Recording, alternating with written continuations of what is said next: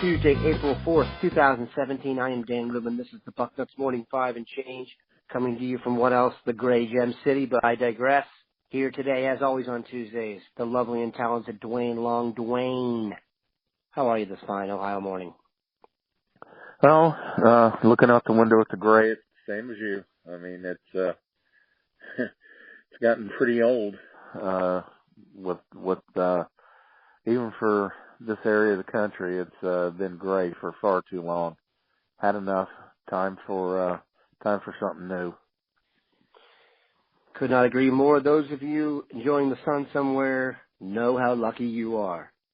Speaking of lucky, that's what you call a radio move there. Segue. The Buckeyes, in my opinion, added the must-get player in their class. Anyone who listens to the Bucknuts 90 for the last X years or so, I have pined for Taron Vincent to become a Buckeye. The defensive tackle, son of former standout defensive back Troy Vincent, is now involved with the NFL. He's got a brother who plays defensive back at Wisconsin. He started out at Gilman in Baltimore, was a standout there, and now does the same at IMG in Florida. Not your classic 325-pound plugger that I guess a lot of people have been planning for, which is justifiable. We've had a couple of days to soak it in. The arrival of Taron Vincent into the class of 2018. What is your vibe on that, Duane? Well, you used the right term. He was the must-get guy, at least on the defensive side of the ball in this class. We've been wanting one of these guys, a top-ranked guy. You know, he is not as you said, the 320-pound guy. I don't see a kid that is going to get to 320. You know, he's not that wide-bodied kid that, is just going to be able to pack on the weight, and it's not going to impact his athleticism or quickness. But what you see, I don't remember, PD Buckeye or PJ Buckeye said something in a thread that Alex started that was very appropriate. He said he reminds him of Geno Atkins, and that's a really good comparison. Just a guy who's strong, even though he's not, the massive roadblock that you want. But he's a guy who doesn't have a problem holding the point. He's a technically sound football player. Keeps his base low, uses his hands really well, plays smart. Just a smart football player. That's the one thing that jumps out at me is this kid's reaction is so quick. It's just that football smarts. That's the thing that leaps out at me about Taron Vincent. Played at a high level, obviously, his entire high school career and performed. I was looking up, someone asked me privately about the IMG schedule, and the IMG schedule is just crazy. They played a couple of, this past season, they played a couple of defending state champion teams. They played 5 teams that the previous season were knocked out of the playoffs by teams that went on to win championships. It's just a crazy schedule. So he's played at a high level and performed all the way around. And getting a guy out of the South and people say, wait a minute, this kid's from Maryland, and we've been rating Maryland now for years. So let's not get technical and say just because he went to IMG that he's a kid from the South. I'm taking it as a win. We get one of these big 5-star tackles from the South. Yeah, I'm taking it. No, it's a great pickup. It continues the IMG pipeline hookup, which has no end in sight and promises to be productive really throughout the next decade. As long as that program keeps it running, they're going to have 5 to 6 guys a year at least that look to be Buckeye caliber. So it's an amazing pickup, kind of a relief, I would say, and I think it fits beautifully into the depth chart going forward. You're going to actually lose some guys this year for the first time on the defensive line where you're going to have to replace them. They had ample replacements, and Vincent should fit in nicely. Now that Vincent is in the mix and we have exhaled, who is your must-get guy remaining for the defense in the class of 2018? Well, Dan, I was sitting here thinking about that, And we have stocked so well on defense. There's really no absolute must-get. I mean, you look at the linebackers, Gaotete is probably the closest thing to a must-get, and he's not really a must-get. He's just such a difference maker. You want him.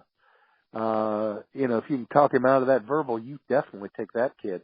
Top linebacker in the country as far as I'm concerned. The other guy that I like, I'd still like to add more depth at tackle. We get these conversion guys. We're already talking about little Bosa moving down to tackle. Draymond Jones is a guy that moved down to tackle. We're losing Michael Hill. He's out of there. We've gotten some bigger guys, but I'd just like to add somebody, more elites. We need to get more elite guys that were born to play tackle. And Tyler Friday,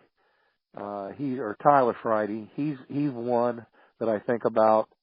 Probably be the only thing. We've stocked up on defensive backs. Houston Griffith is a kid I'd really like to add. I really like him as a cornerback. The Cook kid from Texas is another cornerback that I would really like to add. But really, the fall into the musket category that it's really going to be a downer if we don't get him.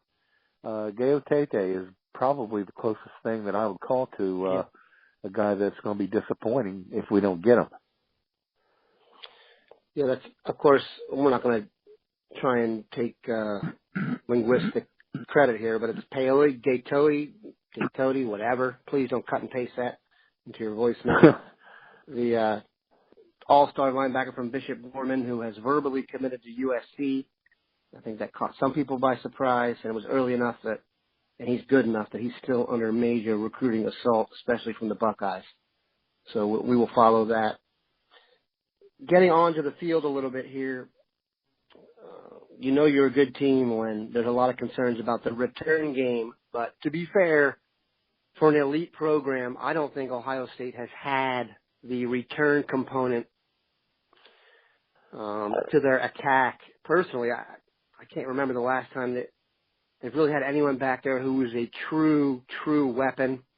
I really thought Dontre Wilson would be that guy. He just had a Johnny Shoestring career. He's always one tackle away. I mean, I'm sure Curtis Samuel could have done the job at a super high level had he not had such offensive responsibilities. It sounds like the leader in the clubhouse to be the main punt return guy is DeMario McCall. There's been plenty of names in there. What's your vibe on the return game? Do you see it as a possible source of improvement for the team as well? Well, it really comes back to there's only one way to go, and that's up. This has been something that has been a concern. You said yourself you can't watch punt returns. It's just been such a how many years now have we just sat back there, and I've gotten to the point where I'm like, just put somebody back there who can catch the ball. I don't even want to talk about punt returns. I want to talk about change of possession. Secure change of possession. Get the ball. And that has been an adventure. I mean, think about our first of our two losses to Clemson in the last few years. Yep. What happens if Philly Brown fields that punt? We don't know how that changes that game. I think it does. It's just been an adventure, and it's an unpleasant one. It's one we don't want. So I see him having the skill level. He can really make something happen after the catch. But I want somebody back there that is going to secure possession.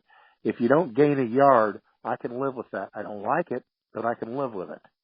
What is driving me crazy is watching, and you've seen it yourself, guys roaming around back there, and you're like, okay, he doesn't have a good track on the ball. Is he going to go running up to try to catch the ball? Or, I want to see a guy getting underneath the ball,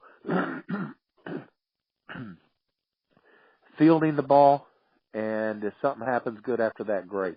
But I am tired of looking at guys, and and all of a sudden you see him start running one direction or another, and it's like, oh, here we go.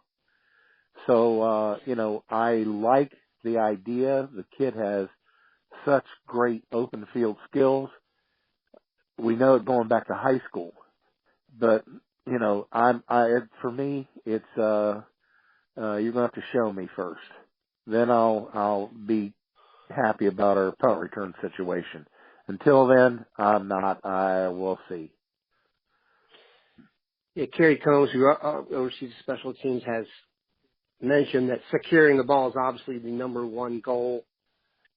My thing is just, at Ohio State, you should be able to push the limits of excellence. We can't be, and I do agree, securing the ball is obviously the most important thing.